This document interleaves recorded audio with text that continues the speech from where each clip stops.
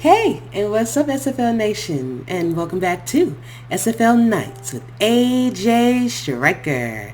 Thank you so much for joining me today or tonight, or whenever you decide to hit that play button. I really do appreciate it, y'all.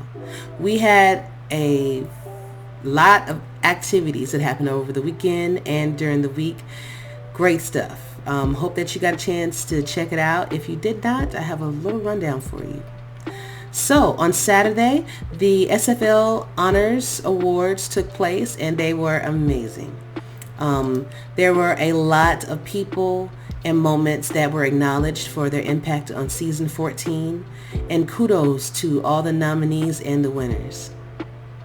We had, first up we had Game of the Year, and as you can see, great nominees here, but Jacksonville and versus Vancouver took that award. Vancouver beating Jacksonville in overtime with a fumble bounce and a game-winning field goal. So that is some fantastic drama for you right there. And then there was Coach of the Year. Here are the nominees for that one. And Mark Chisholm of the Atlanta Swarm actually took home that win. Congratulations, Mark. Top ranking championship winner and owner, and he is the coach of the offense and the defense, so doing a lot of work, I see. After that, we had the Community Ambassador Award, and here were the nominees, all fantastic people. But I am humbled and grateful to say that that winner was me, and I appreciate you guys for giving me that honor 3 times in a row. 3 times. So it means a lot, y'all. You just don't know. And I'm going to continue to represent the league in the greatest light possible. And I'm always going to be there for you guys if you need me, okay? All right. And I did have stiff competition in this category with Rachel and Brian and Mike, because they all made significant impacts in the league. Brian with his podcast, Mike with his just enthusiasm all over Twitter and everything, just promoting everywhere like crazy, and Rachel doing stats, and she's also the assistant DDP. She made masks for communities, for our community as well as her own, so it was a lot going on. But kudos to you guys as well. There was Moment of the Year, and that winner was Marcus Dunhill, retiring, championship winner, and taking home MVP honors, and he is now our director of player personnel, so congratulations to you again. Franchise of the Year went to the Atlanta Swarm, and so each team gets a report card every season. We're judged on how well we're present in the league, social media, game day, all of that. So Atlanta was number 1 in Sector 6 apparel, which is how we sell our jerseys and everything. Social media, activism, game day chat, engagement, 3rd in score stream, and 5th in locker room activity. So congratulations, guys. Y'all taking home all the awards. It was just your year. Game day staff honors. Here are the people that we cannot do without. They play essential roles in game day, day-to-day SFL things, so kudos to all of you for that. Special teams nominees were, and then we had Anthony CC being the winner of that category. Congratulations, Anthony. Defensive Rookie of the Year. Great guys on this list, but the winner was Mel Davis. Congratulations, Mel. And he won by 2 votes. 2 votes. So awesome. Defensive Player of the Year nominees were these guys here. Fantastic options to choose from. But the winner was Jeff Duffy. Congratulations, Jeff. Offensive Rookie of the Year nominees. Great choices here. But Johnny 2K, a.k.a. Pickles, a.k.a. Johnny Pickner, was the winner of that category. So congratulations, Johnny. Offensive Player of the Year nominees. And the player of the game, player of the year, I should say, was Pseudo Nakai. Congratulations, Pseudo. Guess I need your autograph now, huh? Mm-hmm. And MVP noms were these guys here. But the winner in a storybook ending, I swear, was Mr. Marcus Dunhill. So congratulations to all the winners. Even congratulations to all the nominees. For all of us to be selected out of thousands of people on this platform is amazing. So thank you to the league for even taking the time out to pay attention to all of that too. On Sunday, we had the SFL AllStar Game. East took on the West, and the East won 19-17. Great game to watch. As you can tell, it was very close, and all of the stars definitely showed why they were chosen. The West did just fall shy of winning, and my fellow teammate James Hands from Arizona, hey James, and congratulations on your touchdown. I saw it and clipped it. But player of the game was wide receiver Harish Prasad. He had 1 reception, 84 yards, 1 touchdown, and 84.0 yards per catch. So, congratulations, Harish. Very proud of you, man. We had our schedule release show on Tuesday, and that was great because season 15 schedule was revealed, and I must say I am excited. We are going against some high caliber teams this season, and they have all been known to win 8 or more games in their respective seasons. So it's going to be a challenge, but you know, to them I have this message. Let's get it. All right.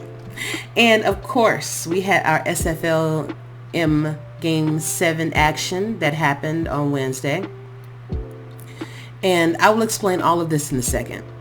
And after that, I'll have my 4th and goal interview with Navi's cornerback, Frank Wade, and his son, Garrison Wade.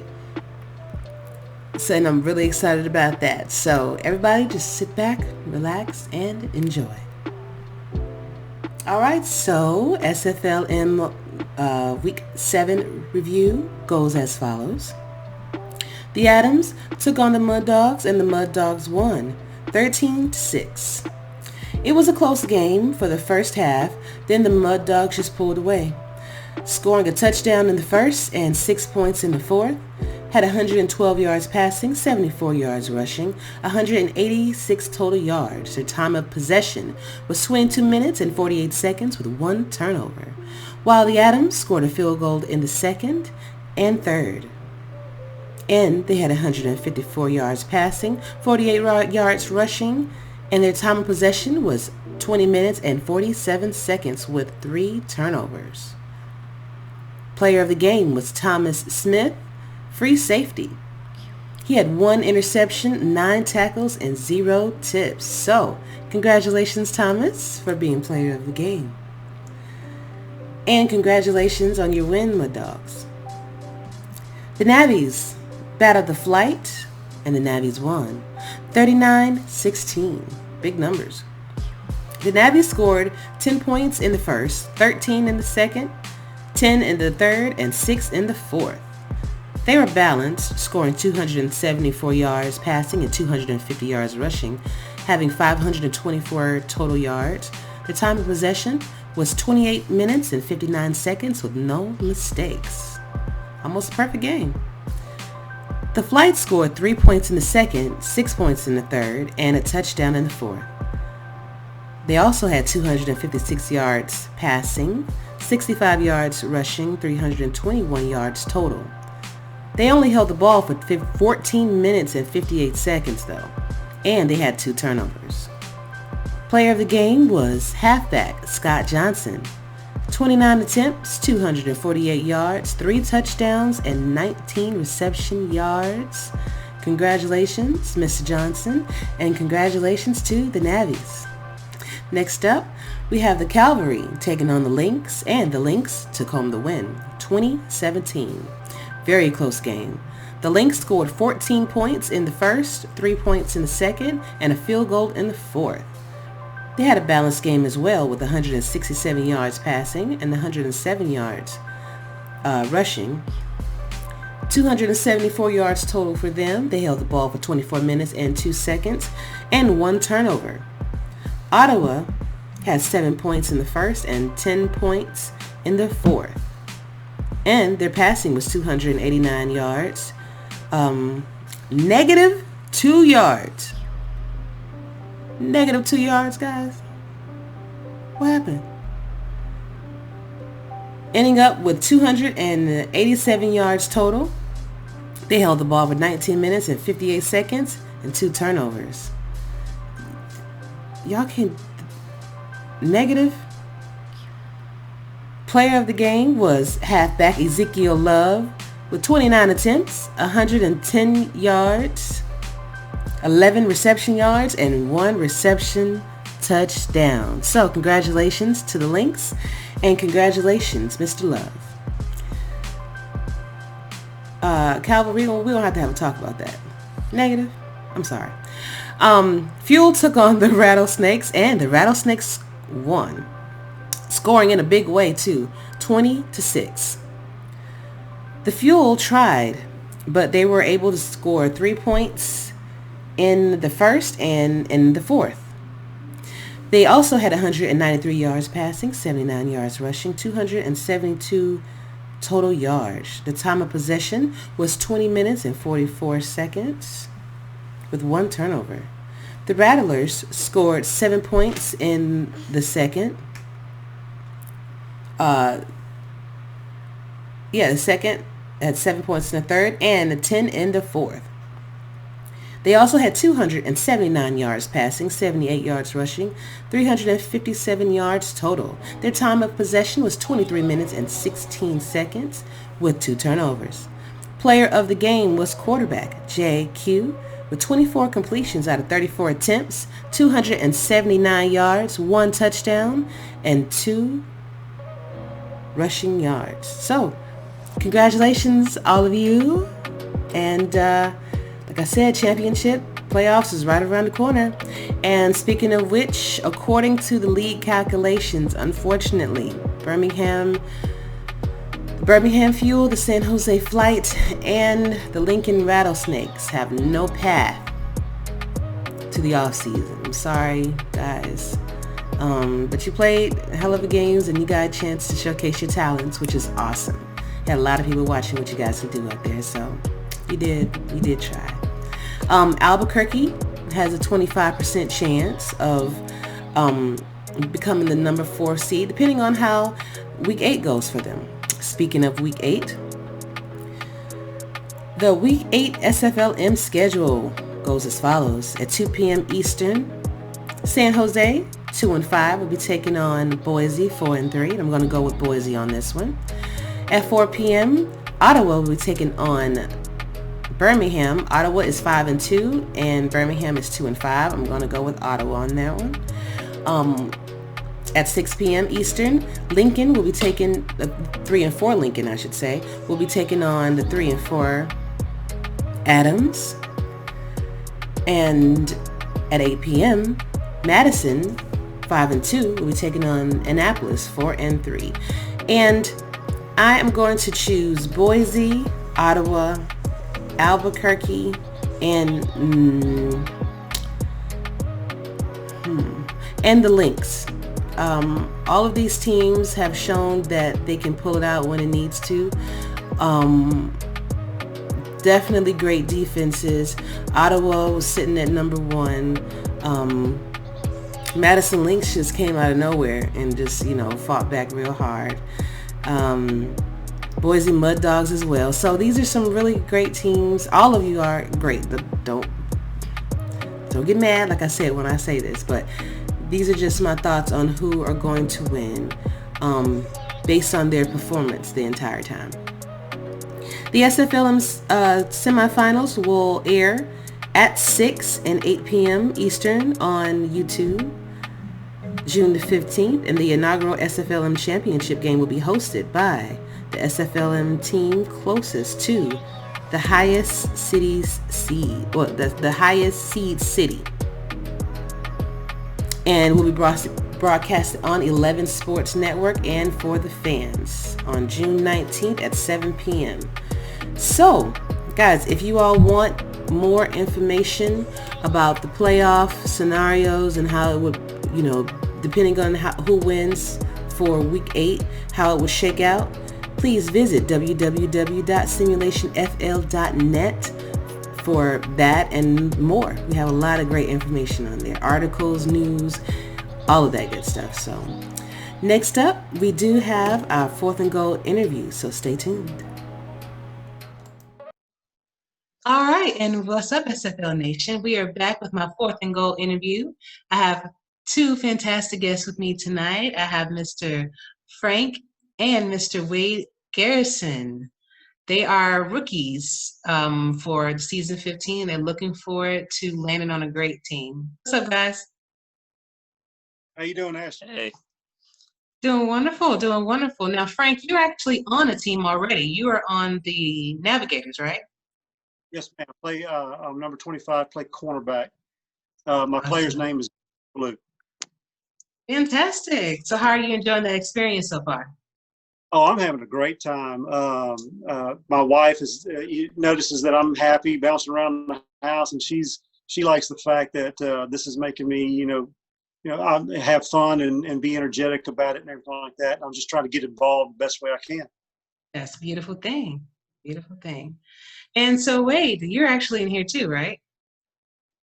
Yes, I just joined recently. So how are you enjoying it so far? I'm liking it. I've talked to a couple of people, but mainly just some of the people that my dad has been in contact with, and I've watched a couple of games, and it looks like pretty fun stuff.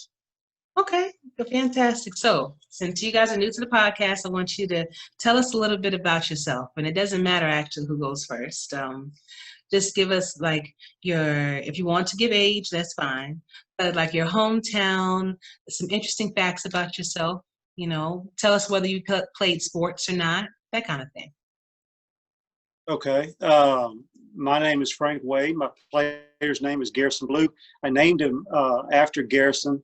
And at the time, he wasn't going to get into the league, but I since talked him into it. So he's been a part of it for about 3 weeks. I did play sports when I was younger, grew up playing baseball, football.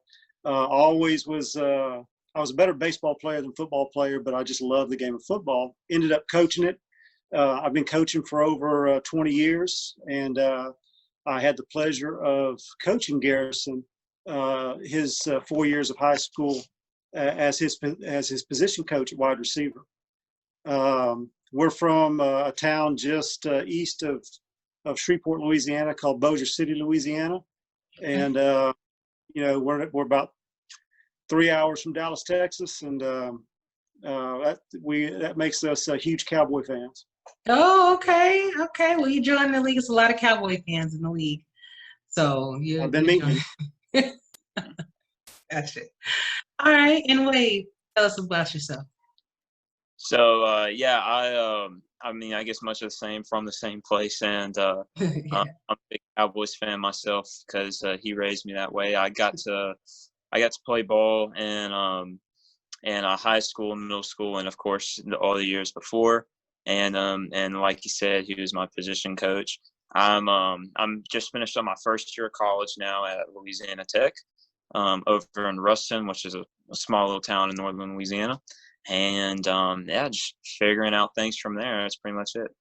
All right, sounds good. So how did you guys find the league in the first place? I found it just flipping through the channels on DirecTV and came across a game.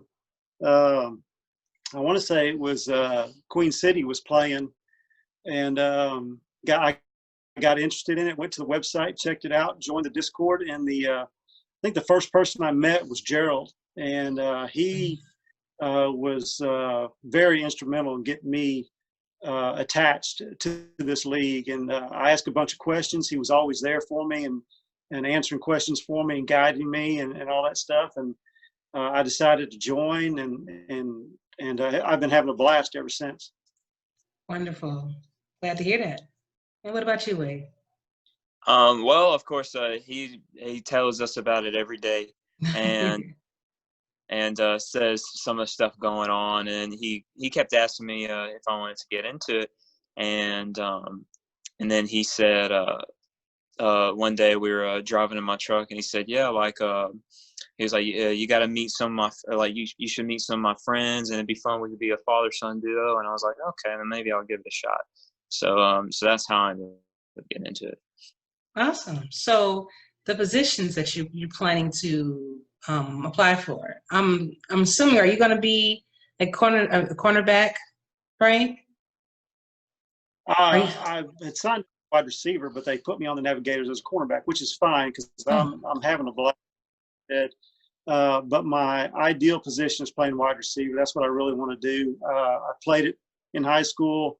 I've coached it for over 20 years, like I said, and I was able to coach him at it. So, being on the offensive side of the ball, playing wide receiver, that's in my blood.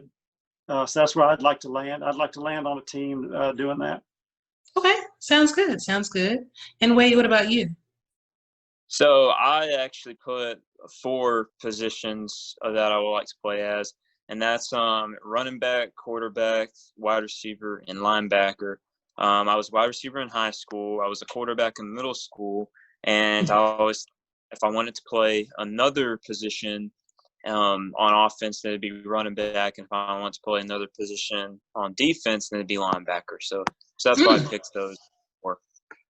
Okay, sounds good. Fantastic. Those are some really good positions too.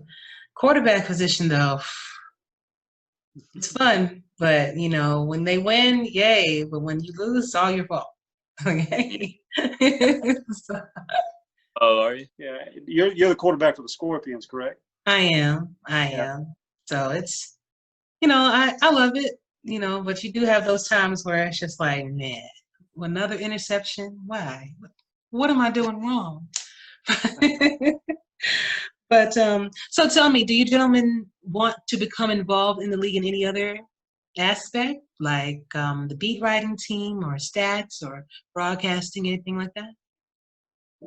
Well, I eventually want to become an owner at some point. Okay. But I've been learning how to do scouting with my coaches from the Navigators. They've been kind of working with me on that. I've written an article for a gentleman that's going to be coming out with a magazine soon. And my article is going to appear in that. I've loved doing the mock draft. I've been doing that. I just released my second update yesterday, and I'll update it again until the draft comes. So I love getting into all that. And then I've joined a group of guys, and we've got our own little room where we talk about just draft stuff. And so it's possibly something working there, doing some type of draft show or something. Okay, sounds good. So what about you, Wade? What would you like to be involved in anything? Well, I guess kind of right now I'm just focusing on being a team player and getting those check-ins and building those points, and just being sure that I can do my best to help any team that I get put on, and just whatever way I can. So I guess whatever they need, as long as I have the resources and the time, I'll be willing to help with that. Okay.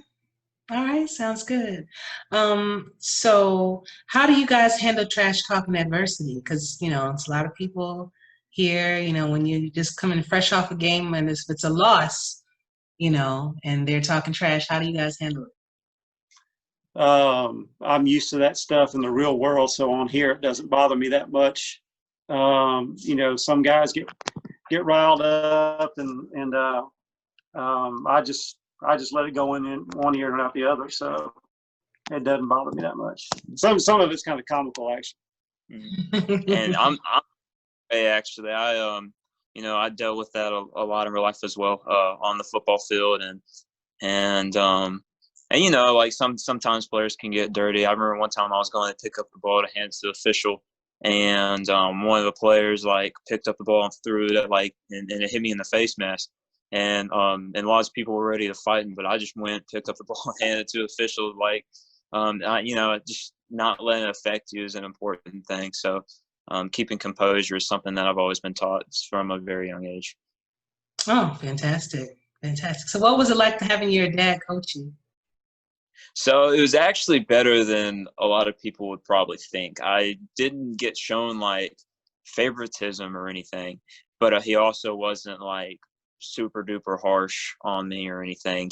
We did do some drills at home and run some routes, but most of the time it was by my choice and not just his.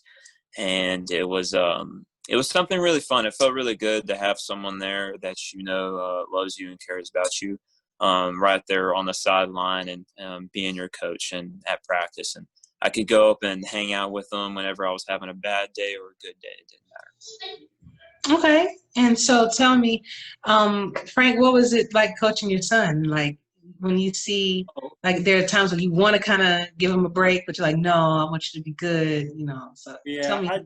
There was times when I thought, maybe I should do something to kind of help him out. But then I was like, that's not going to be helping him any. So I had to let him do it on his own. The biggest thing was on game nights when we would call a play and I knew he's possibly going to get the football, I'd get real nervous. And I'd try to text my wife in the stands quickly to let her know, hey, this could possibly be Garrison, involved in this play and everything. So, and then every time something like he caught a couple touchdown passes, made some great catches during the season. And every time that would happen, people would turn around and look at me in the press boxes to see if I was, how I was reacting to how well he was doing. Gotcha. That's lovely. I love it. And you're always going to have that number one fan right by your side. That's yeah, of course. That's a really good thing, man. So what do you all expect from the teams that draft you? As far as what I expect from them is just giving me the opportunity. I mean, that's their call, how they want me to build my player and give me the opportunity. And once I get that opportunity, I'm going to show them that I'm more than just a person on the field, that I'll give them, value off the field as well. Okay. And Wade? And I would actually, like I said earlier, I would like to be I would just like to do my best to be that team player and having a good relationship with those owners and coaches and other players. So I guess what I would expect from them is just to be positive and just be showing reinforcement and being reassuring and things of that matter. I think it'd be a great thing to jump into a group of people that you can talk with and just also share some of your life with. It's always good to have relationships. Okay, gotcha.